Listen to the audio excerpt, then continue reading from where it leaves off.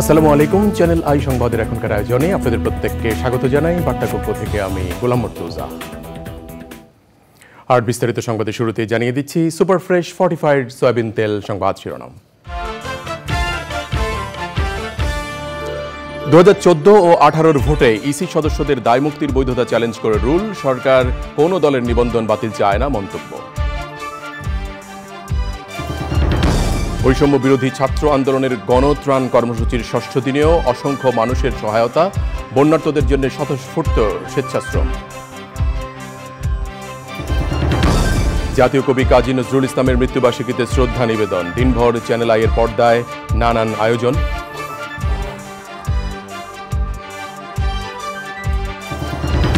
এবং কাজী নজরুলের সাহিত্যের বিশাল অংশ জুড়ে প্রকৃতির বন্দনা, সাহিত্যের প্রকৃতি রক্ষায় বার্তা ছড়িয়ে দেওয়ার অবদানের কথা স্মরণ।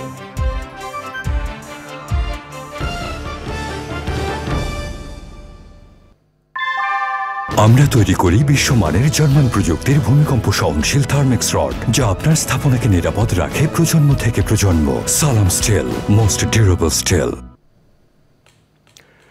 দর্শক, সংবাদ শিরোনামগুলো জানাচ্ছিলাম। এখনকার এই সংবাদ আয়োজন একই সঙ্গে চ্যানেল আই ইউটিউব চ্যানেল এবং চ্যানেল আই এর ওটিটি প্ল্যাটফর্ম আই স্ক্রিনেও লাইভ স্ট্রিমিং হচ্ছে।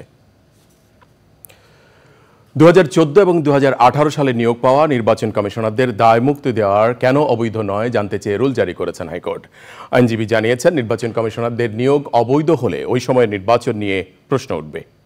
সন্ত্রাসী কর্মকাণ্ডের জন্য আওয়ামী লীগের নিবন্ধন বাতিল চেয়ে করা রিটের বিরোধিতা করে অ্যাটর্নি জেনারেল বলেছেন, ব্যক্তির বিচার হবে, কোনো দলের নিবন্ধন বাতিল চায় না সরকার। মাজহারুল হক মান্নার রিপোর্ট।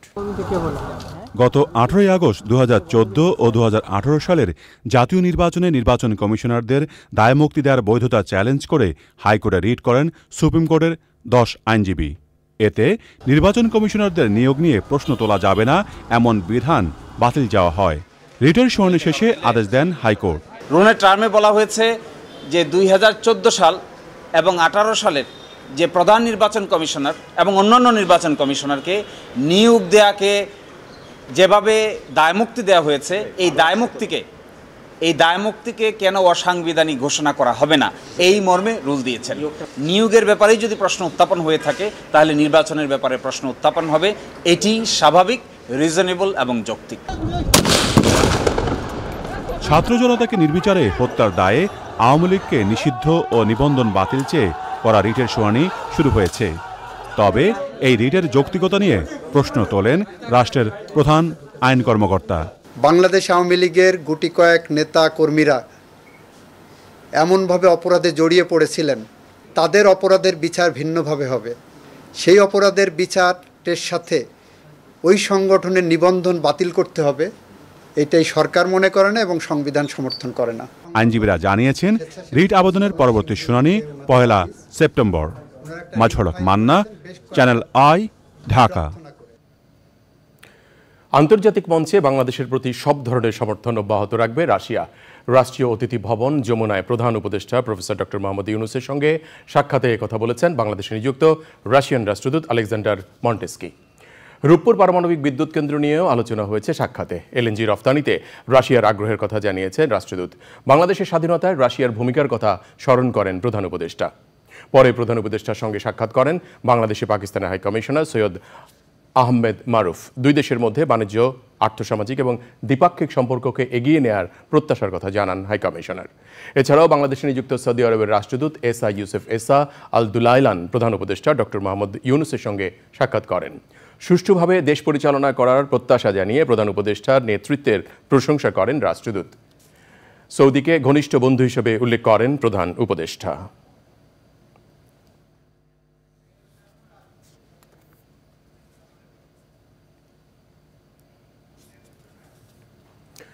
বৈষম্য বিরোধী ছাত্র আন্দোলনের উদ্যোগে টিএসসিতে গণত্রাণ কর্মসূচির 6ষ্ঠ দিনেও অসংখ্য মানুষ নগদ অর্থ এবং ত্রাণ সহায়তা করেছেন ঢাকা বিশ্ববিদ্যালয় টিএসসি এবং খেলার মাঠ সহ বিভিন্ন স্থানে। এসব ত্রাণপণ্য প্যাকেটজাত করছেন, শিক্ষার্থীদের সহায়তা করছেন বিভিন্ন শ্রেণী পেশার মানুষ।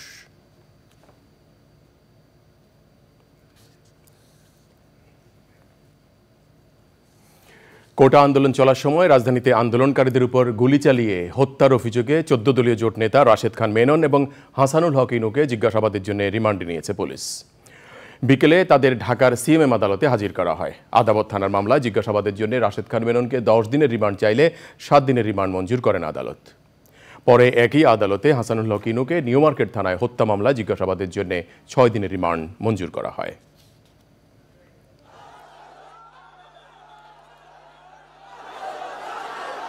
হাসানুল হক ইনুর বিরুদ্ধে তো শুধু হত্যার অভিযোগ নয়, আসলে বিষয়টা হচ্ছে যে 14 দলের যেই মিটিংটি শেখ হাসিনার নেতৃত্বে করা হয়েছিল, যে মিটিং থেকে ছাত্র জনতার উপরে নির্বিচারে গুলি চালিয়ে ছাত্র জনতার উপরে গণহত্যা চালানোর যে সিদ্ধান্তটি গৃহীত হয়েছিল, সেই সিদ্ধান্তের মূল কুশীলব ছিলেন হাসানুল হক ইনু এবং এই রাশেদ খান মেনন গং।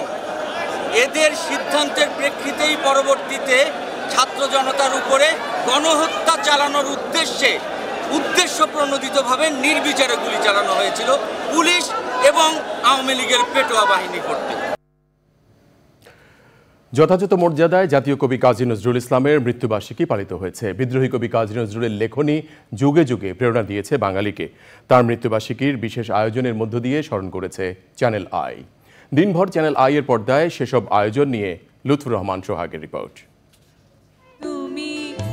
শোষণ বঞ্চনার বিরুদ্ধে যার মগজাস্ত্র বারুদ হয়ে কলমে ঝরেছে তিনি কাজী নজরুল ইসলাম। অন্যায় অনিয়মের বিরুদ্ধে বাঙালির অধিকার আদায়ের লড়াইয়ে সবসময় সরবে হাজির হয়েছে বিদ্রোহী কবির সৃষ্টি। স্বাধীনতা পরবর্তী সময়ে কাজী নজরুল ইসলামকে জাতীয় কবির মর্যাদায় ভূষিত করা হয়। 1976 সালের এই দিনে ঢাকায় মৃত্যুবরণ করেন তিনি। বিদ্রোহী কবির স্মরণে চ্যানেল আইয়ের পর্দায় দিনভর ছিল নানা আয়োজন। রাত 12:30টায় এবং সন্ধ্যা 6টায় বিশিষ্ট নজরুল সঙ্গীত শিল্পী ফেরদৌস আরার পরিবেশনায় সম্প্রচার হয় নজরুল সঙ্গীতের বিশেষ অনুষ্ঠান দেশে বিদেশে নজরুল। নজরুলকে নিয়ে সকাল 7:30টায় চ্যানেল আইয়ের নিয়মিত আয়োজন গান দিয়ে শুরুর বিশেষ পর্ব। বেলা 11:05 নির্বাচিত নজরুল অনুষ্ঠানে স্মরণ করা হয় বাঙালির অন্যতম শ্রেষ্ঠ সন্তানকে। দুপুর 12:05 রেজাউদ্দিন স্ট্যালিনের উপস্থাপনায় আয়োজন করা হয় বিশেষ অনুষ্ঠান চিরঞ্জীব নজরুল। যে মানুষের ধর্ম আলাদা হলেও মানুষের মন কিন্তু এক, মানুষের মন কিন্তু আলাদা নয়। এবং ছোটবেলা থেকে তার মনে সেটা গেঁথে গিয়েছিল এবং তিনি যখন বড় হয়েছিলেন তখন তার মনে হয়েছিল যে তিনি মানুষের কবি। তিনি তাই লিখতে পারেন গাহি সাম্যের গান, যেখানে আসিয়া এক হয়ে গেছে সব বাধা ব্যবধান। তোমাতে রয়েছে সকল কেতাব, সকল কালের জ্ঞান, সকল শাস্ত্র খুঁজে দেখো সখা, খুলে দেখো নিজ প্রাণ। মিথ্যা শুনিনি ভাই, এই হৃদয়ের চেয়ে বড় কোনো মন্দির কাবা নাই। আয়োজনে ছিল দুপুর 12:30 ফ্রেশ প্রিমিয়ার টি তারকা কথনের বিশেষ পর্ব। 1:05 বিশেষ প্রদর্শনী বিতর্ক আমি প্রতিধ্বনিত হই বারংবার এবং দুপুর 2:30টায় নজরুলের জীবনভিত্তিক চলচ্চিত্র বাংলা মায়ের দামাল ছেলে সম্প্রচার হয় চ্যানেল আই। রাত 10:25 চ্যানেল আই থাকছে মুকিত মজুমদার বাবুর পরিকল্পনা, পরিচালনা ও উপস্থাপনায় বিশেষ অনুষ্ঠান নজরুলের প্রকৃতির আলপনা। লুৎফর রহমান সোহাগ, চ্যানেল আই, ঢাকা। কাজী নজরুল শুধু দ্রোহ কিংবা প্রেমের কবি ছিলেন না, তিনি প্রকৃতির কবি ছিলেন। তার সাহিত্যের বিশাল অংশ জুড়ে রয়েছে প্রকৃতি বন্দনা। উপন্যাস, গল্প, কবিতায় বাংলার প্রকৃতির অপার সৌন্দর্য তুলে ধরেছেন সুনিপুণভাবে। তিনি প্রকৃতিকে হৃদয় দিয়ে অনুভব করেছেন, ধারণ করেছেন গভীর মমতায়। সাহিত্যের মাধ্যমে প্রকৃতি রক্ষার বার্তা দিয়েছেন কবি নজরুল। কাজী নজরুল ইসলামের প্রকৃতির আলপনা নিয়ে আফরোজা হাসির রিপোর্ট।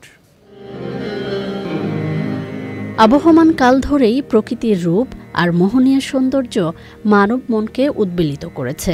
দ্রোহ বা সাম্যের কবি নজরুলও প্রকৃতির প্রেমেও পড়েছিলেন।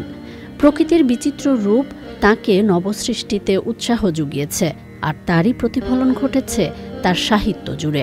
বাতাসে দোল খাওয়া ফুলের মুগ্ধতা, গাছে গাছে পাখির কুহুতান, গ্রামের মেঠোপথ, মায়াবী জোছনা রাত কিংবা সাগরের নীল জলরাশির অপার সৌন্দর্য নজরুলের সাহিত্যকে করেছে সমৃদ্ধ। তারই প্রমাণ মেলে দোলন চাপা, ঝিঙে ফুল, ফণি মনসা, রক্তজবা গ্রন্থের নামকরণে।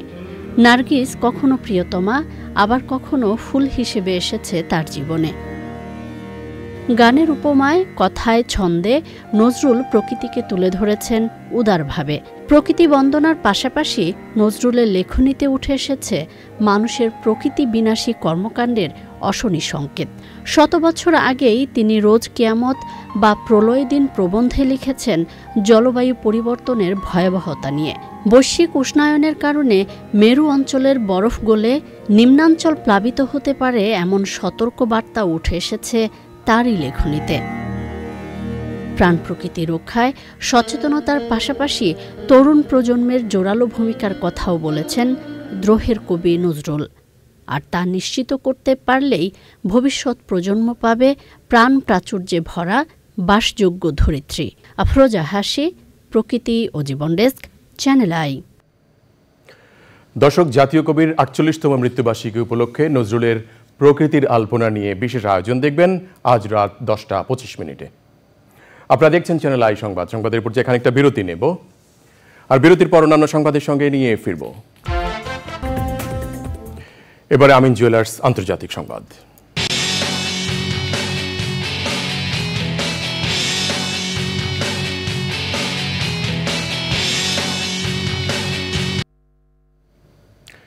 কলকাতায় আরজি কর হাসপাতালে চিকিৎসককে ধর্ষণ এবং হত্যার প্রতিবাদে পশ্চিমবঙ্গের রাজ্য সচিবালয় নবান্ন ঘেরাও করেছেন কয়েক হাজার মানুষ।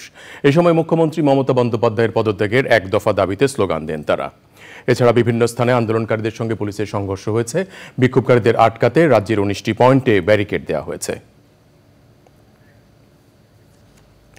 এবারে থাকছে কৃষি সংবাদ।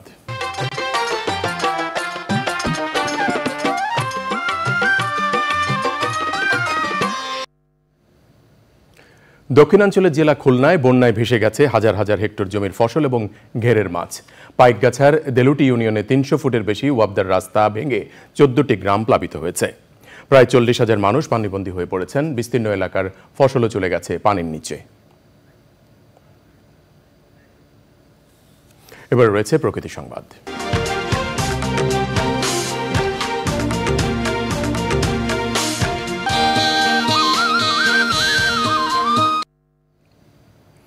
চিকিৎসা বান্ধব পরিবেশ ফিরিয়ে আনতে রংপুর মেডিকেল কলেজ হাসপাতাল এবং ক্যাম্পাসে পরিচ্ছন্নতা অভিযান শুরু করেছে বৈষম্য বিরোধী আন্দোলনের শিক্ষার্থীরা। ক্ষতিকর প্লাস্টিক সহ বিভিন্ন বর্জ্য অপসারণ করে নিজ নিজ অবস্থান থেকে পরিবেশ সুরক্ষায় এগিয়ে আসার আহ্বান জানিয়েছেন সচেতনরা।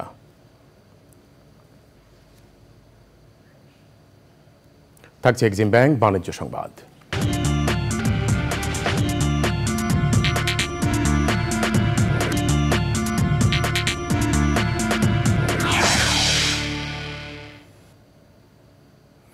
ব্যাংক খাতে আইনি সীমাবদ্ধতা কাটিয়ে ওঠা, রাজনৈতিক হস্তক্ষেপ বন্ধ, পরিচালনা পর্ষদকে ব্যাংক পরিচালনায় হস্তক্ষেপ করা থেকে বিরত থাকার আহ্বান জানিয়েছেন সচেতন ব্যাংকার সমাজ। জাতীয় প্রেস ক্লাবে ব্যাংক খাত সংস্কার আমাদের করণীয় শীর্ষক সেমিনারে তারা এই আহ্বান জানিয়েছেন। একই সাথে ব্যাংক খাতকে ব্যবসায়িক স্বার্থগোষ্ঠীর প্রভাব মুক্ত রাখার পাশাপাশি ইসলামী ব্যাংকের নিয়ন্ত্রক হিসেবে প্রকৃত অভিজ্ঞদের নিয়োগ দেওয়ার কথা বলেছেন তারা। সেমিনারে মূল প্রবন্ধ উপস্থাপন করেন অর্থনীতিবিদ ও কলামিস্ট অধ্যাপক ডক্টর মিজানুর রহমান। প্রধান অতিথি ছিলেন অর্থনীতিবিদ ও ঢাকা বিশ্ববিদ্যালয়ের সাবেক অধ্যাপক আবু আহমেদ। সভাপতিত্ব করেন জাতীয় রাজস্ব বোর্ডের সাবেক চেয়ারম্যান ডক্টর মোহাম্মদ আব্দুল মজিদ। আপনারা দেখছেন চ্যানেল আই সংবাদ। সংবাদের পর্যায়ে আবারও খানিকটা বিরতি নেব, আর বিরতির পর অন্যান্য সংবাদের সঙ্গে খেলার খবরে নিয়ে ফিরব।